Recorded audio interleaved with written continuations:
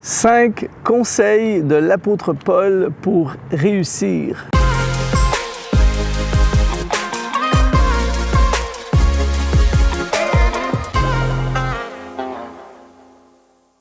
Bonjour mon ami, ici Luc Dumont d'Exponentiel.net.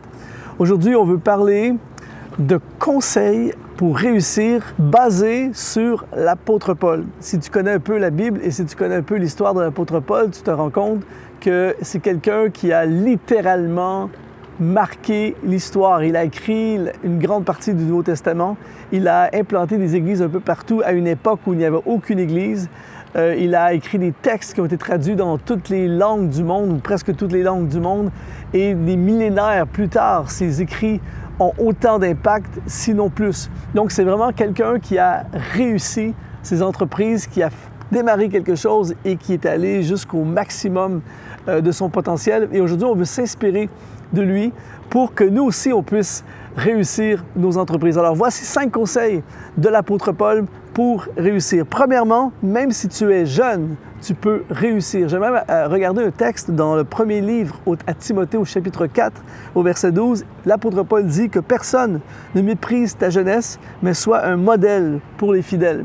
En fait, l'apôtre Paul est en train de dire à Timothée que même si tu es jeune, tu peux faire des grandes choses. D'ailleurs, Timothée va devenir un champion, il va faire des exploits pour sa génération. Et Paul lui dit, tu peux être un modèle même si tu es jeune.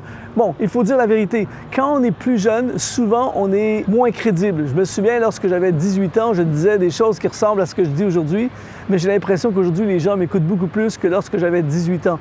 Et lorsqu'on est plus jeune, c'est plus difficile d'avoir une certaine crédibilité, mais ne t'empêche pas, parce que tu es jeune, de commencer quelque chose, de poursuivre quelque chose et d'accomplir ta destinée. J'ai commencé à prêcher et à faire des moments comme celui-ci à l'âge de 16 ans.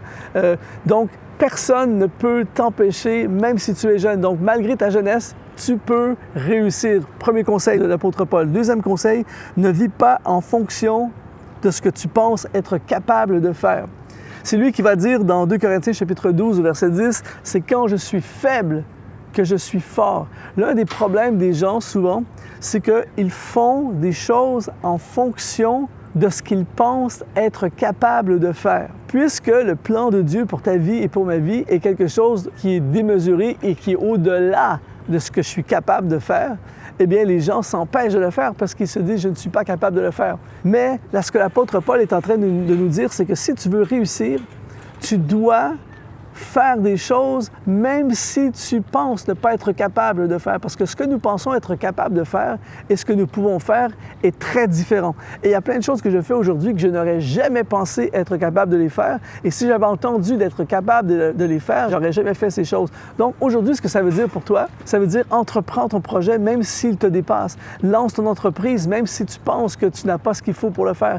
Lance-toi dans le ministère, démarre ton église, écris ton livre, démarre ton projet, même si tu penses être incapable de le faire, parce qu'il dit, c'est quand je suis faible que je suis fort. Et c'est un principe que j'ai expérimenté à plusieurs reprises dans ma vie. Des fois, j'avais vraiment l'impression d'être dépassé, de ne pas avoir ce qu'il faut pour le faire. Et c'est comme si, lorsque tu es en train de faire ce que tu es supposé faire avec ta vie, c'est comme s'il y avait tout à coup un turbo qui s'empare de toi. Il y a des moments, des fois, j'étais dépassé et je me suis retrouvé à faire des choses que je me suis surpris moi-même. Alors aujourd'hui, même si tu penses ne pas être capable de faire, ce n'est pas un baromètre, un critère pour ne pas le faire. Troisième conseil de l'apôtre Paul, ne fuis pas les difficultés. Il dit dans 2 Corinthiens chapitre 11, verset 24 et dans les versets qui suivent, il parle des difficultés énormes qu'il a vécues. Il dit, 5 fois j'ai reçu des Juifs, 40 coups moins 1, j'ai fait des naufrages, j'ai été battu. Il raconte un paquet de choses qu'il a vécues. En fait, l'apôtre Paul a réussi de façon exceptionnelle ses entreprises. Il a fait des choses démesurées, mais il a passé une grande partie de sa vie à traverser des difficultés. En fait, voici un principe qui est très, très important de comprendre pour la réussite. C'est que l'opportunité est souvent déguisée en problème. Et puisque c'est un problème, la nature humaine, notre réflexe, c'est d'éviter le problème, de fuir le problème. Mais le miracle est dans le problème. Et l'apôtre Paul avait compris ce principe. C'est pour ça qu'il plongeait, il courait vers les problèmes, il allait vers les problèmes, il ne fuyait pas le problème. Et au milieu du problème arrivait une opportunité extraordinaire. Donc, pour réussir, Ne fuis pas les problèmes. Au contraire, invite dans ta vie, et là c'est fou ce que je dis, mais si tu veux passer à un niveau supérieur, il faut que tu affrontes des nouveaux problèmes. Il faut que tu affrontes des plus grands problèmes. Plus grand problème égale plus grande bénédiction égale plus grand miracle. Donc, certainement, pour réussir, ne fuis pas les problèmes. Quatrième conseil de l'apôtre Paul pour réussir, c'est poursuis ton rêve à tout prix. Un jour, Paul avait un rêve qui était d'aller à Rome et d'influencer Rome pour influencer le reste de la planète connue de l'époque. Et un jour, il va avoir une opportunité de se sauver d'un procès qu'on voulait lui faire ou d'aller au maximum du procès. Et c'est ce qu'il va dire lorsqu'il va dire dans le livre des Actes, il va dire « J'en appelle à César », alors qu'il aurait pu se sauver, tellement se sauver de ce problème, de cette difficulté. Mais pour lui, son rêve était la priorité. En fait, son rêve était un rêve qui venait de Dieu et il savait que son rêve devait l'amener à Rome. Et il était prêt à payer le prix nécessaire pour que le rêve de Dieu en lui puisse se réaliser. Beaucoup de rêves ne peuvent pas se réaliser parce que les gens ne sont pas prêts à faire ce qui est nécessaire. Combien auraient été prêts à la place de l'apôtre Paul de prendre le bateau et de partir vers une tempête, de prendre le bateau en tant que prisonnier et de partir vers Rome en tant que prisonnier sans trop savoir comment ça va tourner cette histoire. Mais Paul avait un rêve et ce rêve devait se réaliser à tout prix. Donc, il a poursuivi son rêve à tout prix. J'aimerais dire à quelqu'un aujourd'hui, poursuis ton rêve à tout prix. Si le rêve vient de Dieu, ne laisse pas la peur, ne laisse pas le manque d'argent, ne laisse pas l'opinion des gens, ne laisse pas les obstacles, ne laisse pas l'inconnu t'empêcher de poursuivre ton rêve. Poursuis ton rêve à tout prix parce que pour réussir le rêve, il faut absolument aller au-delà de nous-mêmes. Et le cinquième conseil de l'apôtre Paul pour réussir, c'est « vis avec l'éternité en tête ». Il va dire dans Philippiens « Car Christ est ma vie et mourir m'est un gain ».